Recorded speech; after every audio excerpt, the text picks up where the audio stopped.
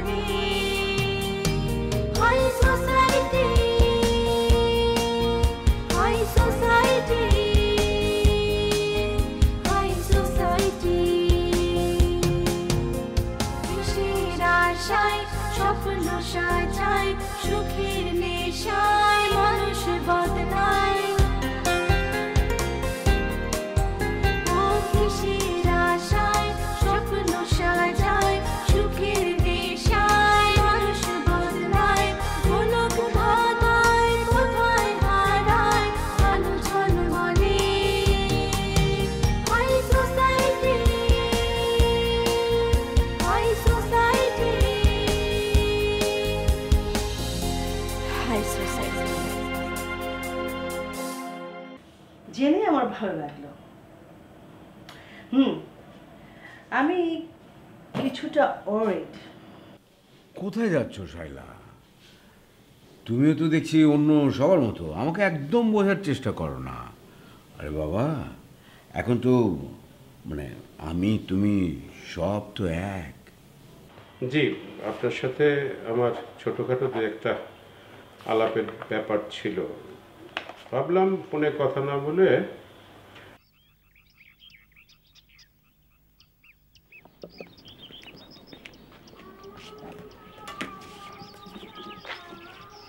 বলো বস, ডাকছো কেন? সাফা, আমি খুব বড় একটা ঝামেলায় পড়েছি। জানি। ঝামেলায় না পড়লে তো তুমি আমাকে ডেকে পাঠাতো না। বিপদে পড়লেই কেবল তোমার আমার কথা মনে পড়ে, তাই না? আরে না না, ব্যাপারটা তা না। তুই অন্যভাবে নিস না। তুই তো আমার খুব ভালো একজন বন্ধু, তাই না? ওকে, ভালো বন্ধু, মেনে নিলাম। তা বন্ধু বলো, এখন তোমাকে আমি কি হেল্প করতে পারি? ঝামেলাটা হয়েছে আসলে আরোহীকে নিয়ে। বলো কি বস, আরোহীকে নিয়ে ঝামেলা শুরু হয়ে গেছে এত তাড়াতাড়ি? মানে? না, ওকে নিয়ে এত জলদি ঝামেলা শুরু হওয়ার তো কথা না। আমার হিসেবে তো ঝামেলা শুরু হওয়ার কথা আরো পরে। দেখ সাফা, এই ব্যাপারটা এখন আর ফাজলামি পর্যায়ে নেই। I am serious. আরে আমিও সিরিয়াস বস, একদম সিরিয়াস। আচ্ছা, কি ঝামেলাটা হয়েছে বলবা আমাকে? আরিয়ার ভাইয়া ওর বিয়ের ব্যাপারে কথাবার্তা শুরু করে দিয়েছেন। হ্যাঁ, বলো কি? Very serious.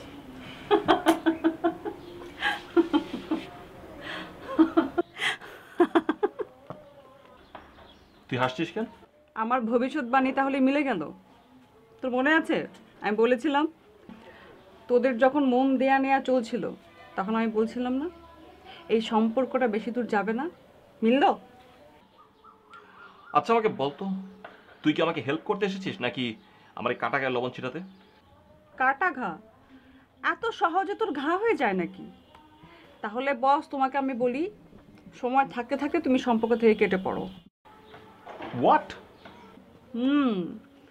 এই অল্পতেই যদি শরীরে ঘা বানিয়ে ফেলো তাহলে অনেক ঝড় কি করে সামলাবে বন্ধু? সাফা, আমি কিছুই বুঝতে পারছি না। এনিওয়েজ, তুই আমাকে বলতো এখন আমি কি করব?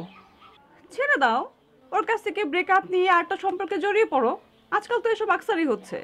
সাফা প্লিজ, প্লিজ স্টপ ইট। তোকে আমি এখানে ডেকে পাঠিয়েছি, তার মানে এই না তুই আমার রিলেশন নিয়ে যা তা বলে বেড়াবি। It's enough. আরে রাগ করছিস কেন? আমি তো তোর ভালোর জন্যই বলছি। তুই আমার কতটুকু ভালো চাস সেটা আমার খুব ভালো করে জানা আছে। But I love you boss. ব্যাস, প্লিজ ওই মুখে আমাকে আরেকবার আই লাভ ইউ বলবি না। বন্ধুর গার্লফ্রেন্ডের জন্য যার এতটুকু মায়া নেই, তার ভালোবাসা আমার চলবে না, আমার লাগবে না। সরি। রিজন, শোন দোস্ত, I can do it.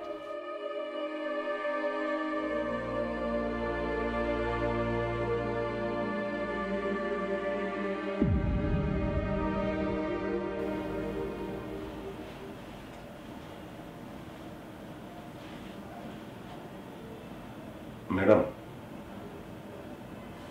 O Jaya sir, বলুন। ম্যাডাম, আমার মনে হয়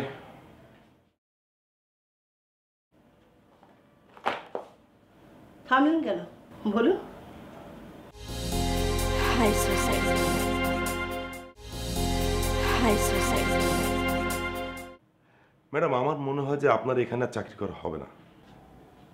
হঠাৎ এ ধরনের কথা, প্রবলেমটা কি? না ম্যাডাম, না কোনো প্রবলেম নেই। এইটা কেমন কথা? প্রবলেম নেই অথচ আপনি চাকরি ছেড়ে দিতে চাচ্ছেন? জয়নাল সাহেব, আপনি কিন্তু এই অফিসের অনেক পুরনো লোক। হ্যাঁ ম্যাডাম, সেটা আমি জানি। আর একজন পুরনো লোক হয়ে সেই অফিসে আমি যদি যথাযোগ্য মর্যাদা না পাই তাহলে তো চাকরি করা মুশকিল ম্যাডাম। বুঝতে পারলাম। আচ্ছা বলুন তো, কে আপনার মাথার উপরে ছড়ি ঘোরাতে চাচ্ছে, সেটা কি বলবেন? জি না ম্যাডাম, আমি তার নাম বলতে চাই না। আমি আসলে আচ্ছা, তার নাম যদি আপনি না বলেন তাহলে আমি স্টেপ নেব কিভাবে? ম্যাডাম আপনি তো জানেন যে আমি আপনাদের এখানের একজন পুরনো স্টাফ। আপনাদের অনেক নুন খেয়েছি ম্যাডাম, আমি এখনো খাচ্ছি। সেজন্য কি বলবো ম্যাডাম, আমি যদি মানে মনে প্রাণে সবসময় চাই যে আপনাদের তো জয় হোক। হ্যাঁ, আমি তো সেটা জানি, কিন্তু কিন্তু ম্যাডাম কেউ যদি আমার উপর সারাক্ষণ শকুনের দৃষ্টি রাখে, সবসময় আমার পেছনে লেগে থাকে, তাহলে কতটা কষ্ট হতে পারে বলুন ম্যাডাম। যে কোম্পানির জন্য আমি আমার জীবনের এতটা বছর কাটিয়ে দিলাম, সেখানে আমি কেমন লাগে ম্যাডাম বলুন, আপনি বলুন ম্যাডাম। আমি বোধহয় আপনার প্রবলেমটা বুঝতে পারছি। ম্যাডাম আমি কিন্তু সব সময় চাই যে আপনি ওই ইব্রাহিম খলিলের 12টা বাজান, কিন্তু ম্যাডাম আপনার পিএস হিমেল হক সে তা চায় না। কেন চায় না ম্যাডাম? ওর সমস্যাটা কোথায়? আপনি একটু দেখেন তো ম্যাডাম, কেন চায় না? আমি লক্ষ্য করছি ম্যাডাম, আমি যখনই ইব্রাহিম খলিলের ব্যাপারে আপনাকে কোনো ইনফরমেশন দিতে চাই তখনই হিমেল বাধা হয়ে দাঁড়ায়। ম্যাডাম কেন? আমার কিন্তু ওকে খুব সন্দেহ হচ্ছে। আমাদের সবাইকে মিসগাইড করছে। আমি জানতে চাই যে এসব করে ওর লাভ কি? হয়তো আপনার মতো সেও আমাদের ভালো চায়। না ম্যাডাম, আমি এটা বিশ্বাস করি না। আমি এটা একদম বিশ্বাস করি না। আমার তা মনে হয় যদি তাই চাইতো তাহলে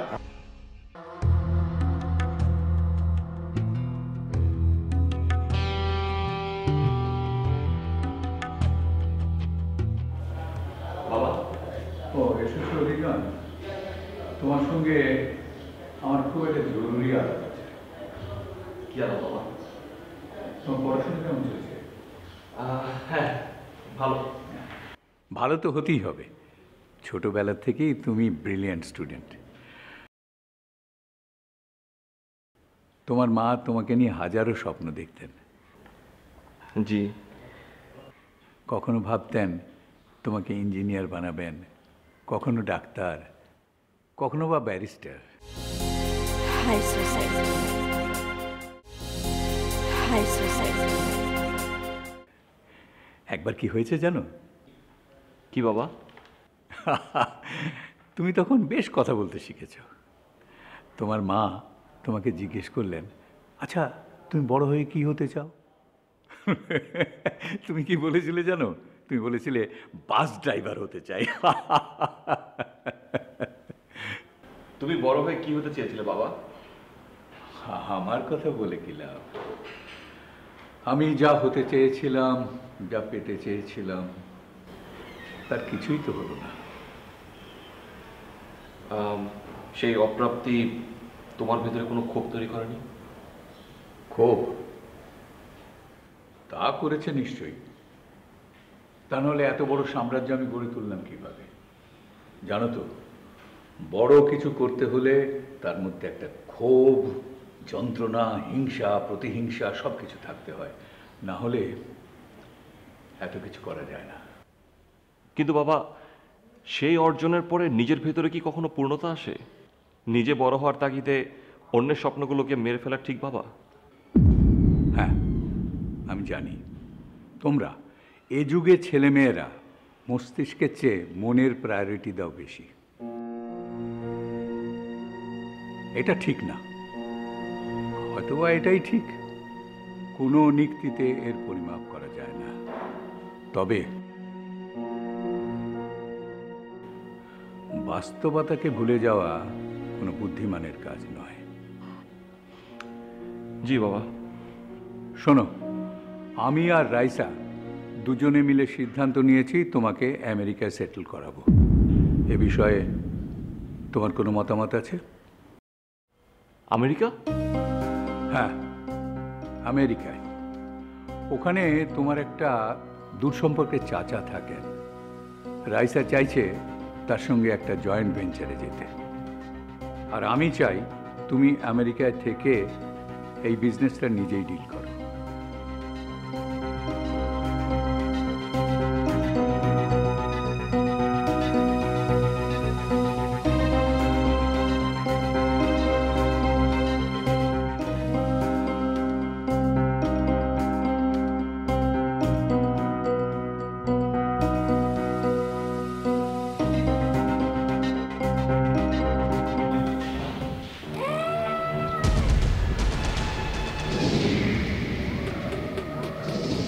হ্যালো, ইব্রাহিম খলিল। স্পিকিং। তোমার সময় ঘনিয়ে এসেছে ইব্রাহিম খলিল। ধ্বংসের জন্য তৈরি হও। কে বলছো তুমি? আড়াল থেকে ফোন করেছো কেন? একটা একটা করে সব ধ্বংস হয়ে যাবে ইব্রাহিম খলিল। তুমি তৈরি হও। যদি সাহস থাকে সামনে এসে দাঁড়াও। ভয় পেয়ে গেলে ইব্রাহিম, এত সহজে ভয় পেয়ে গেলে? ভয় আমি? আরে ভয় আমি পাবো কেন? ভয় তো পেয়েছিস তুই। আমি তো আছি জনসম্মুখে, সবার সামনে, আর তুই আছিস আড়ালে। ওকে ওকে, এত উত্তেজিত হওয়ার কিছু নেই ইব্রাহিম। Listen to me. চলো আমরা বরং একটা গেম খেলি। What game? তোমার ধ্বংসের যে ছক কাটা রয়েছে সেটা একটু বদল করা। You son of a bitch. এই বদলটা হলো প্রথমে তোমাকে না, তোমার খুব কাছে মানুষকে ক্ষতি করবো। এবার গেস করো কে কে আছে তোমার প্রিয় মানুষের তালিকায়? আমরা তো প্রথমেই তোমার মাকে সেই তালিকায় রাখতে পারি, কি বলো? খবরদার, আমার আম্মার দিকে কেউ চোখ তুলে তাকালে সেই চোখ আমি তুলে নেব।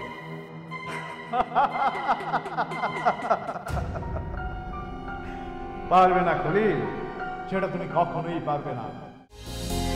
High society, high society. কারণ তুমি তো জানবেই না তোমার এই ধ্বংসের জন্য কে দায়ী। তুমি একটা কারাগলিতে ঘুরে ঘুরে মরবো। No, never. জানি তুমি কে, কার ইশারায় তুমি পরিচালিত হচ্ছ। তোমার সে বসকে বলে দিও ইব্রাহিম খলিল নয়, তার দিন ঘনিয়ে আসছে, সে শীঘ্রই শেষ হয়ে যাবে। তুমি বোকা ইব্রাহিম খলিল, তুমি আসলেই একটা বোকা।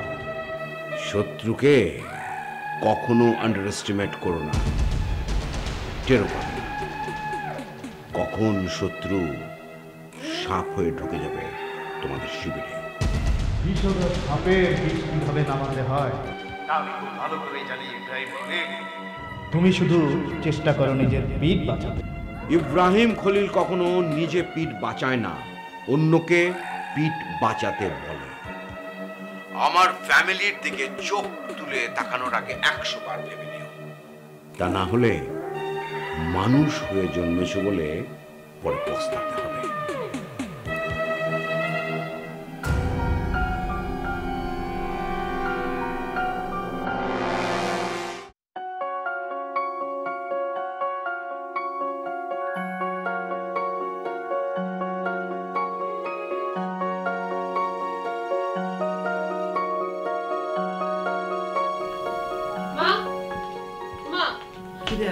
কিছু বলবি? কিছু হয়েছে? না। তাহলে মুখটা এত শুকনো কেন? ভাইয়া কিছু বলেছে? সেটা তো দেওয়ার কথা না। ছোটবেলা থেকে দেখেছি ও নিজের থেকে তোকে বেশি ভালোবাসে। কখনো তোকে একটা ধমক পর্যন্ত দেয়নি। কচু। কেন রে, কি হয়েছে? আমার অসম্ভব মেজাজ খারাপ মা। ভাইয়া ভাইয়া আমাকে কিছু বাজে বাজে কথাবার্তা বলা শুরু করেছে। বাজে কথা বলেছে? কি বাজে কথা? ভাইয়া বলে ভাইয়া নাকি আমাকে বিয়ে দিয়ে দিবে।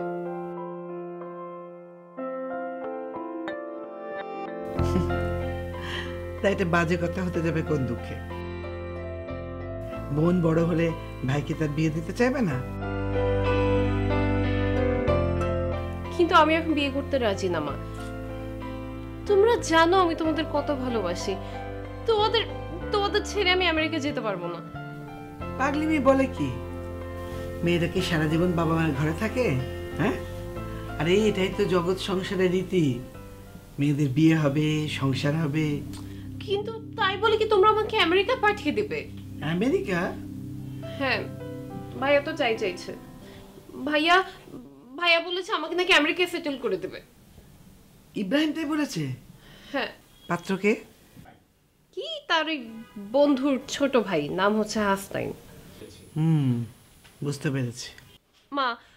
মা আমি আমেরিকা যাব না। আমি তোমাদেরকে ছেড়ে এত দূরে যেতে চাই না মা। প্লিজ তুমি একটু ভাইয়াকে বুঝিয়ে বলো প্লিজ। ঠিক আছে, তুই চিন্তা করিস না। যদিও তোর ভাই গোয়ার প্রকৃতির মানুষ, আমি নিশ্চিত আমার কথাটা শুনবে মা। তুমি বললে ভাইয়া অবশ্যই শুনবে।